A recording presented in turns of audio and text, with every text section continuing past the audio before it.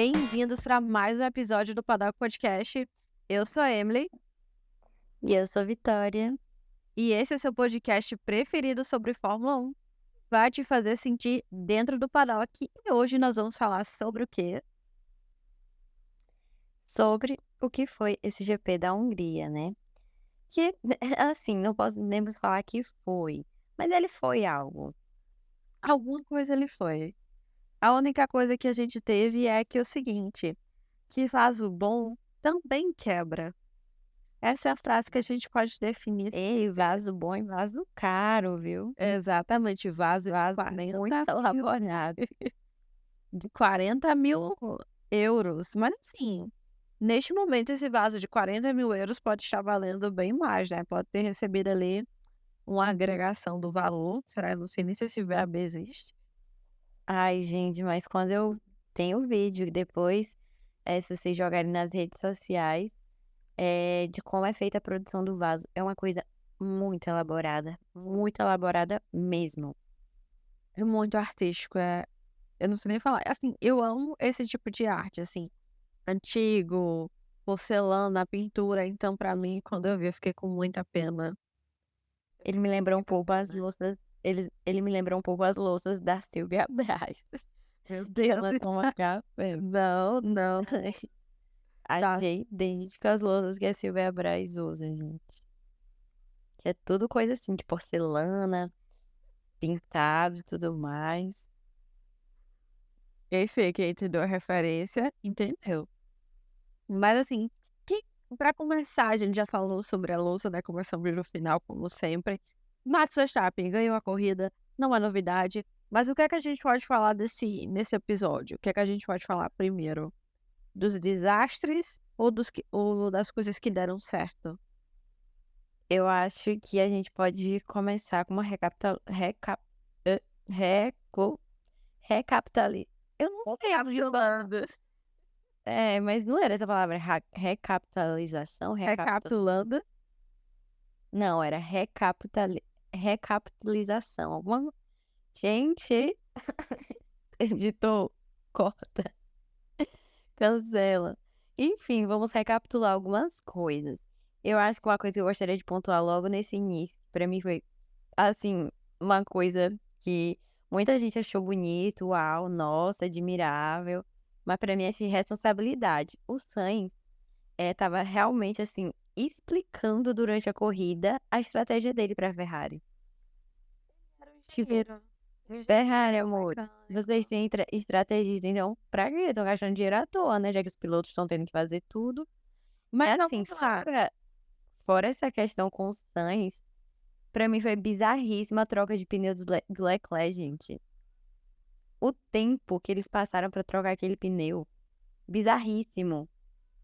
E aí, o mais engraçado é o contraste, assim, mais engraçado pra uns, né, porque ferrarista é triste, mas enquanto eles faziam uma parada horrível para o Leclerc de 9,4, a Red Bull fez uma de 1,9 para o Pérez, o que eu achei, assim, gente, essa equipe ela tem algum pacto, alguma coisa, isso aí não tá normal, não Isso tá. aí a gente chama de profissionalismo, né? E Profissionalismo aí, e muito treino. e o que eu fiquei, se você pegar as imagens da largada, gente, o Sainz, ele teve uma largada muito Sim. boa. Eu falo muito sério. Eu assistindo depois, também pude pegar nas redes sociais alguns vídeos da câmera do carro dele. E assim, é ruim porque ele fez uma largada muito boa, ele melhorou muito a largada dele esse ano, sério mesmo. Eu fiquei passada quando eu vi o vídeo. Ele consegue ali fazer umas ultrapassagens bem sutis e conseguir manter ali, o lugar que ele estava na corrida ali na largada, depois ainda faz outra ultrapassagenzinha.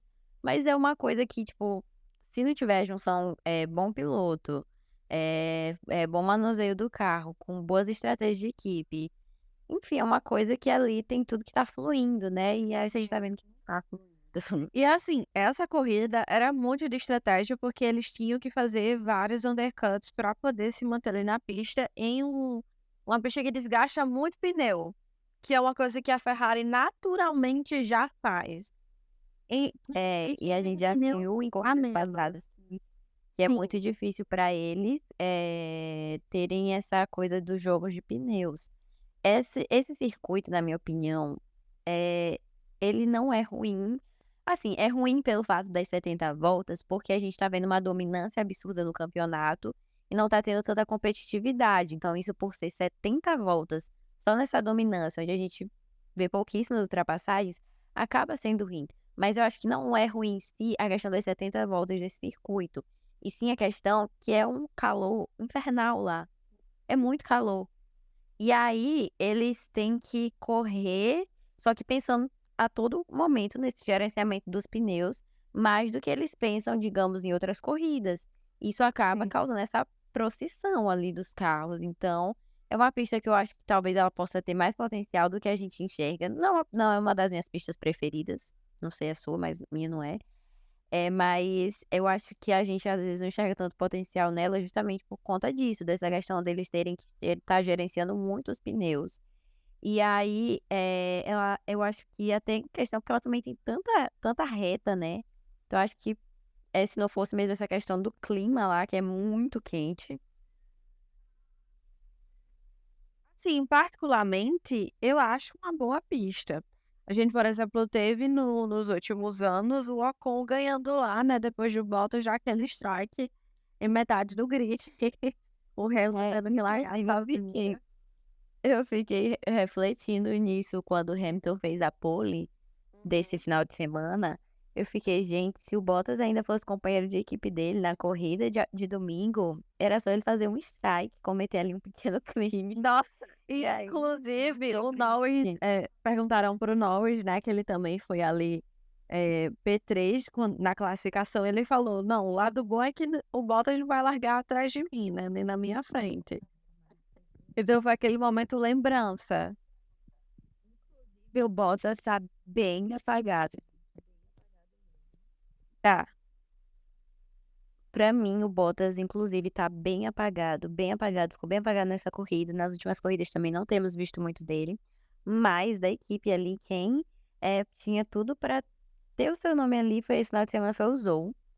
Sim. Eh, Ele ficou na largada em uma das melhores posições da vida dele, eu acho, Ficou. durante agora essa entrada dele na Fórmula 1. E aí, eu não sei o que foi que ele esqueceu, se ele esqueceu de acelerar, e Ele teve um aí problema no carro, depois ele, escreveu, e né, ainda teve aquela questão com as Alpines sim. depois, né. Uhum. E aí, acho que aquilo ali lascou com tudo da corrida dele, mas, assim, ele tinha tudo pra ter feito uma boa corrida inicialmente. Talvez ele não conseguisse segurar ali por muito tempo, né, porque tem a diferença entre os outros carros, mas ele tinha tudo pra ter tido uma boa largada. A corrida dele com a corrida das Alpines, né, porque vamos chegar nesse tópico.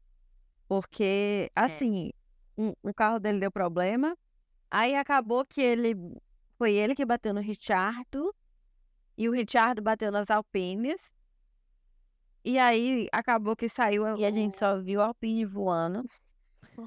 um carro ficando em cima do outro, e aí alguém vai ter que aparecer nos stories do Gasly essa semana, né. Pierre Ocon, lá vai eu, Pierre Ocon, olha só, tô montando um novo time.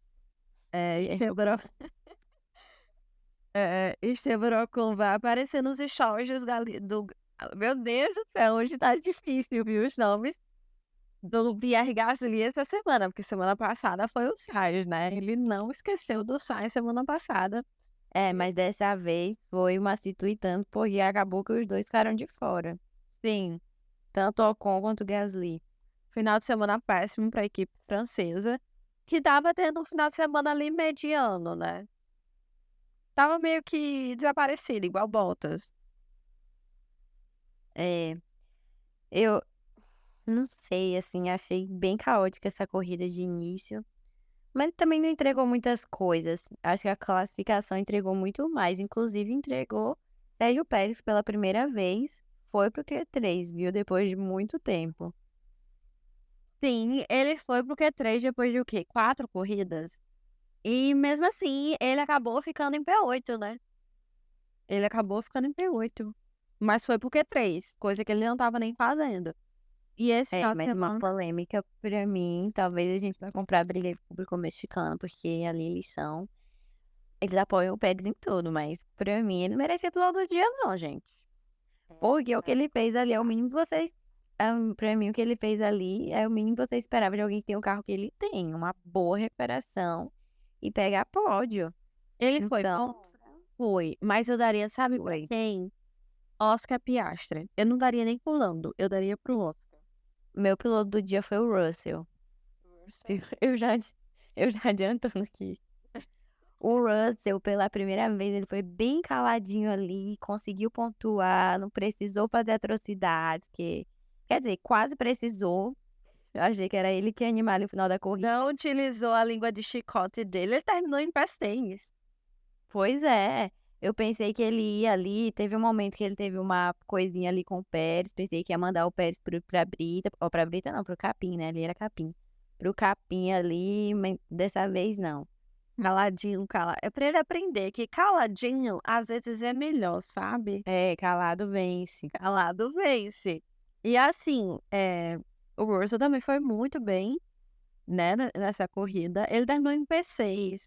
Ele terminou somente abaixo ali do Piastri em P5 e do Hamilton em P4, fora do pódio. O Leclerc e o Sainz ainda terminou depois dele, né, em P7, Mas pra P6. mim é muito louco como a McLaren saiu muito melhor. É porque Evoluiu. tem uma questão, a Mercedes não atualiza desde Mônaco. Uhum. E a McLaren se encontrou muito nessas atualizações que fizeram, então, tipo, eles evoluíram bastante. Eu acho, Pra mim, tomaram total aquele lugar que tava sendo da Mercedes ali. eu acho que não é nem só atualizar, porque a gente viu que ano passado a Mercedes atualizava, mais pior ficava para ela. Eu acho que eles acertaram nesse pacote de carro que parece um carro muito novo, parece ser outro carro, assim. Não parece ser o mesmo carro das primeiras corridas. Sinceramente, não parece. E assim, a McLaren também foi bem feliz esse final de semana, a não ser pelo que eles fizeram ali com o Piastri, que basicamente fizeram um undercut do Lando nele, o que provavelmente retirou um pódio do Piastri, né. Ele poderia ter ido É, pro pódio novamente isso. pelo segundo Totalmente final de semana claro. seguido. Eu achei também isso. Foi totalmente culpa da McLaren. E uma coisa que me deixa bem curiosa é o que que eles estavam pensando quando eles fizeram aquilo. Porque ele tinha chances de ir ao pódio. Tanto que a velocidade do carro da Mercedes simplesmente não existe, né? É nítido. E aí, mesmo que o Hamilton tivesse largado muito bem, ou que ele tivesse mantido um pouco consistente na corrida, ele ia acabar levando um passadão da McLaren. Então, eu não sei, o Piastri estava levando tão bem, com um ritmo assim tão. Não Aham. compreendi essa estratégia aí que eles fizeram. E aí, do meio para o fim, na volta 50 e tanto por aí, já entrar pra volta 60, o Hamilton ele estava reduzindo muito rápido a diferença pro Piastri, porque ele saiu do box a 4 voltas atrás, 7,5, e já estava, tipo, com 3,8, sabe. Uhum. E foi uma coisa que isso me deixou muito curiosa. E aí eu fui dar uma pesquisada para tentar entender, né, porque isso foi o único ainda entretenimento que a gente teve ali para o finalzinho da corrida, pensei que ia vir um Hamilton versus Piastri, assim, eh, porque o Hamilton estava com pneus mais novos e, enfim, toda aquela briga, né, que a gente vê ali no final para ver se consegue ainda tirar mais alguma coisinha.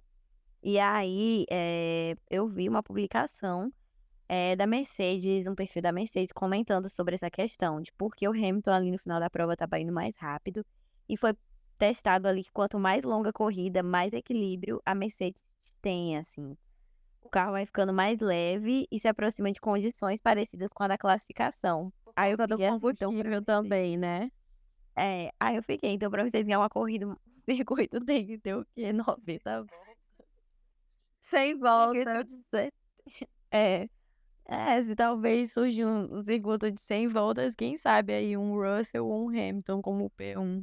Aí é foguete sem ré, né, enquanto as outras equipes já devem ter gastado todo o pneu, a Mercedes vai estar andando sozinha. Eu achei super curioso isso. E depois do resultado desse domingo, o Hamilton ele tá com 33 pontos, né, apenas 6 de diferença do Fernando Alonso, que também me surpreendeu, porque, gente, o que aconteceu com a Aston Martin? Sumiu. Eles se perderam, assim, totalmente. Estou impressionada. Só quem ainda se mantém ali no top 6 é o Alonso, que ele tá em terceiro no campeonato. E logo atrás dele já vem o Hamilton, Russell e o Sainz, que o Sainz tá como sexto. E eu fiquei tipo, gente, o que aconteceu com a Aston Martin? Porque Mas se eles estavam uma coisa. pelo que eu vi, eles vão trazer algumas atualizações. Mas é aquilo, né? Tipo, as equipes vão trazendo atualizações, então as equipes que não vão trazendo, que não tem tão boas atualizações, acabam ficando para trás. Tipo, tava a Aston Martin, aí a Mercedes trouxe atualização, aí a Mercedes ultrapassou a Aston Martin. Aí a McLaren, que estava rodando.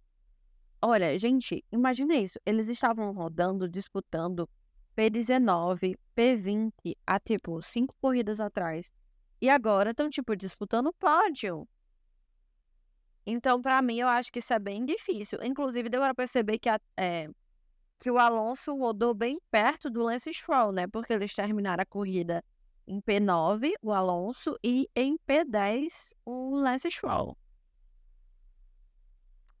É, eu sei que muito me impressionou essa situação da Aston Martin, porque é uma equipe que estava realmente impressionando.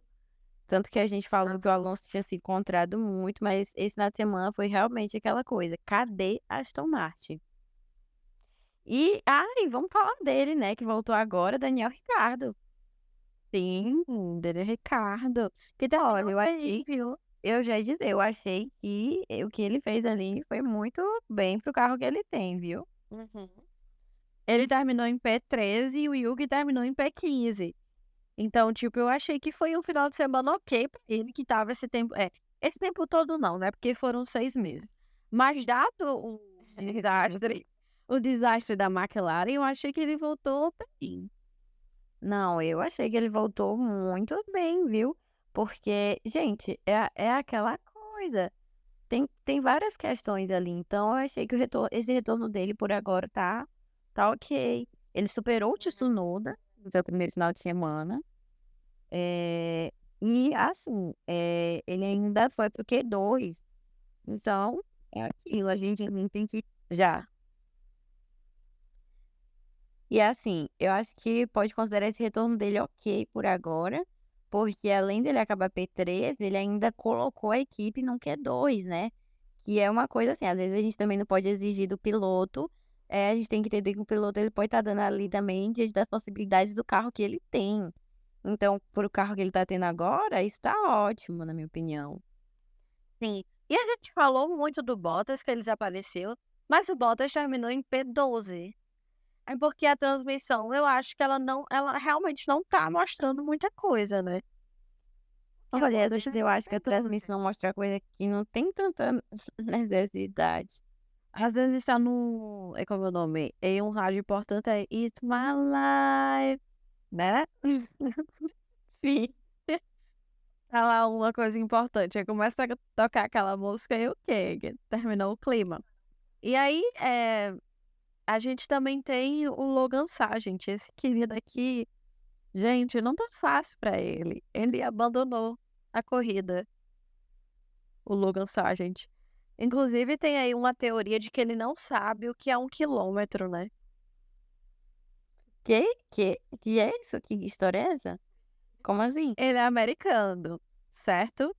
E os americanos usam, como é o nome? Medidas, né, diferentes da gente. Tipo, eles não sabem o que é metro, eles não sabem o que é quilômetro. Aí surgiu a teoria de que ele não saberia o que é 1 quilômetro, né?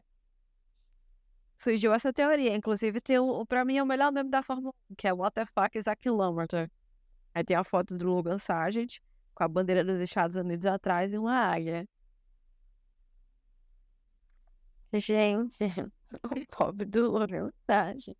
Inclusive, eu tenho uma página, né, que é uma página, não é uma fanpage, é tipo crise na Red Bull, crise na Ferrari e tal, que eu acho que é Logan Sargent Update, não lembro o nome direito, mas que como é o nome? Colocam os resultados dele na classificação e tal. Com esse coisa e coloca umas rodas de tiro e bota uma águia coisando. Nossa, eu acho super engraçado, mas meu humor é um pouco quebrado, né. Então assim Acho brega. ai, nossa, eu adoro. Eu dou altas gargalhadas quando tem uma classificação, aí eles botam lá a imagem dele, a águia voando, a bandeira dos Estados Unidos e um P não sei o quê. Aí coloca assim: "This Uhum. American, it's no what is kilometer". Nossa, eu rio muito. Mas enfim, voltando pra corrida, no caso da classificação, a gente teve um novo formato, né, obrigando os pilotos a usarem o pneu duro no Q1, pneu médio no Q2 e pneu macio no Q3. O que é que você achou desse novo formato de classificação? Esse novo formato de classificação, ele agradou muita gente e desagradou muita gente, né. Eu particularmente acho que eu gostei. Não eu acho que ainda tenho que ver mais uma classificação, né, porque a gente só viu até agora essa da Hungria. Vamos ver uma Exatamente. outra pista para chegar a uma conclusão. Não posso dizer por agora que eu amei, mas talvez acho que dessa vez a Fórmula 1 realmente acertou em algo. Acho que deu uma movimentada, inclusive, na classificação, e a gente pode ver isso porque não acabou com o mesmo resultado de sempre. Acho que pode ter também muito a ver essa questão do Hamilton ter acabado pole esse final de semana. Pode dar chance para outros pilotos além do Max. Enfim, acho que a gente tem que esperar ir para uma outra pista para ver como vai ser, mas por agora eu acho que gostei, viu. Tem gente que não gostou, que achou que enterra a competitividade, pois eu achei totalmente ao contrário. Achei que ele ajuda na competitividade. O Alonso odiou, né, ele disse que era papo de loteria, não ajuda ninguém. É, eu vi uma reportagem mesmo, ele falando que não gostou nada. Assim, eu acho que a gente tem que esperar para ver em outros circuitos, porque na Hungria foi ok, mas foi realmente por conta dessa nova coisa, né, que eu achei interessante, sendo bem honesto, eu achei interessante. Mas será que esses resultados, assim, mais diferentes, foi por conta desse novo formato ou foi por conta do circuito? Então, como você falou, eu acho que a gente tinha que esperar para ver, eh, o que seria em outros circuitos, né. E É, acho que por agora não é legal ninguém dizer que odiou o amor, porque, tipo, tem que esperar e pagar pra ver. Eles têm essa diminuição agora de pneus, né, com esse novo formato, uhum. o que é curioso, né, porque a gente já falou no início, essa pista é uma pista quente da Hungria. Então, como seria em outra pista? É uma coisa que envolve muita coisa essa classificação desse novo formato. Pra mim, eu particularmente acho que vai trazer mais competitividade e pilotos diferentes marcando pole. Espero não estar errada. Só que aí, assim, o papo da F1 é aumentar as sprints, né. Então como é que vai ser? Final de semana que não tem sprint vai ser esse novo formato de classificação, ela vai ser a novo formato de classificação padrão, porque também tem a coisa de que os pilotos eles não têm, eles não recebem a mesma quantidade de stints que eles recebiam em um final de semana normal, então eles não têm tempo de testar o pneu naquela pista, aquelas condições. Então isso também um pouco dificulta, né, o entendimento das equipes em relação àquela pista. É bem complicado. É, acho que a Ferrari vai trabalhar tanto quanto as outras equipes. A Ferrari não funciona de pneu duro, eu não tenho esperança. Colocou duro, eu digo: "Pronto, acabou". Ela funciona de pneu macio e médio, olha. É, Emily para a estratégia da Ferrari para ontem, hein, ferraristas, não deixem isso passar. Carlos Sainz está sofrendo de acúmulo de função. É. E aí, você tem mais alguma coisa a pontuar? Eu acho que a gente só por último poderia, falar um pouco sobre a gente já falou muito sobre a dominância Red Bull, né, o Max ponta a ponta. O Hamilton, o que é que você achou do Hamilton? Você esperava alguma coisa daquela largada dele? Que ele foi engolido, né. Gente, eu não acho que ele ia o que ele ia fazer naquela largada. Pra mim, ele largou e fez o que ele podia fazer. Ele depois se desculpou ali com a equipe, mas amigo, vamos ser sinceros, você seria de qualquer jeito as McLaren iam fazer algo com você. Então E acabou bem antes, acabou desde o momento que o Rosberg tinha postado uma foto em frente à garagem do ainda Hamilton. tem isso, o Mick Jagger das pistas, nunca tinha visto igual, nunca tinha visto igual. Não É, falha eu me nunca. assustei, porque quando eu abri no Twitter, era vários fãs do Hamilton xingando ele. Eu disse: "Gente, o que esse homem fez?" Falou algo dele, que ele vive falando dele. Quando eu ele tinha postado foto da garagem, aí eu disse: "Pronto, acabou pro Hamilton ter esse cara não for com o carro ir pra Brinta logo na primeira volta." E aí o Toto Wolff, né, a gente falando sobre essa dominância 100% da Red Bull, a gente podia terminar com a discussão seguinte: o Toto Wolff falou a segunda frase, a seguinte frase: "Estamos no grupo dos carros de Fórmula 2. A Red Bull está sozinha na Fórmula 1". É, porque ele falou isso em referência que os chefes de equipe, culpam em parte as limitadas oportunidades de desenvolvimento sob um teto orçamentário. No caso, ele com essa declaração Era uma coisa que é muito complicado essa discussão. E Toto Wolff, compre comida para os seus funcionários, tem equipe que faz isso. olha, sendo bem sincera, eu acho que o teto orçamentário ajuda sim. Eu não acho que ele deveria ser retirado só porque uma equipe não consegue chegar na outra. Claro, uma equipe antes gastava US$ 1 bilhão de desenvolvimento por ano. A gente percebeu que, não ter um teto orçamentário não, não impede, no caso, né, que as equipes fiquem muito distantes, tem uma dominância muito grande. No caso da Mercedes, a Mercedes foi dominante durante muitos anos, mesmo sem um teto orçamentário, e nenhuma das equipes conseguiu chegar perto dela. Então, pra mim isso é uma desculpa, sendo bem honesta, assim. A questão é, o Toto Wolff é ciente que se não tivesse a questão do teto orçamentário, a Mercedes teria um carro completamente novo, tudo novo. Ela já estaria muito mais desenvolvida. E quando você tá perdendo, meu querido, você vai fazer o quê? Você não vai rir, gargalhar, "Ai, como estou feliz que estou perdendo." Ele sabe, que é uma possibilidade de recuperar o que tá ali perdido em relação ao time dominante, mas é aquilo, né, teto orçamentário tem que haver. Acho que ele reclama mesmo por ser essa questão de que poderia ser um fato de ajudar mais a Mercedes. Uhum. Eu acho que poderia acontecer. Eu fiquei pensando durante o tempo, quando eu vi aquela notícia de que o Mbappé poderia ir para aquele time da Arábia Saudita. Eu fiquei pensando, né, cara, se não fosse criado um teto orçamentário na Fórmula 1, talvez daqui a alguns anos a gente poderia ver coisas desse tipo, sabe? Tipo, comprar algum piloto por US$ 1 bilhão, fazer É, nem todos os pilotos da cometer grid loucura. valem. Eu acho que só 2 e um chegaria perto, que é muito bom.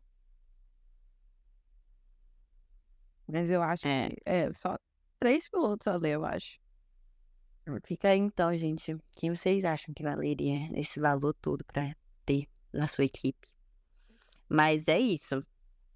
E aí, mais alguma coisa pra gente falar por aqui? Porque por mim, Não, eu acho já que é dá só pra enfrentar. pra gente avisar que ainda, daqui pra essa semana outra, vai sair um episódio muito especial, né, também, com convidados Ai, é, tem um especiais. episódio bem diferente do que vocês são acostumados a ver por aqui, mas que eu tenho certeza que vocês vão gostar. E pra quem também ainda não viu o nosso último episódio antes desse, que foi a entrevista com a Ju Serrazoli, é só abrir aí que vai aparecer. Ela falou um Uhum. pouco sobre a rotina dela como jornalista na Fórmula 1, viajando direto com a Fórmula 1, fazendo essa produção para a Band, para estar mostrando tudo o que está acontecendo com os pilotos, com as equipes. E também falou um pouco do que está acontecendo dentro da Fórmula 1 nos bastidores, que a gente não sabe ao certo, mas que ela, como jornalista que está lá dentro, pode contar um pouco do que ela sabe, e ela contou. Então, se você ainda não assistiu, entra no vídeo que tá muito bom. Foi assim um papo muito bom de se ouvir, de conversar também, a gente gostou muito. E eu acho que é isso. A gente falou basicamente tudo que a gente tinha para falar. E é, obrigado por escutar. Mais um episódio do Paddock Podcast. Beijo, até a próxima. Bye.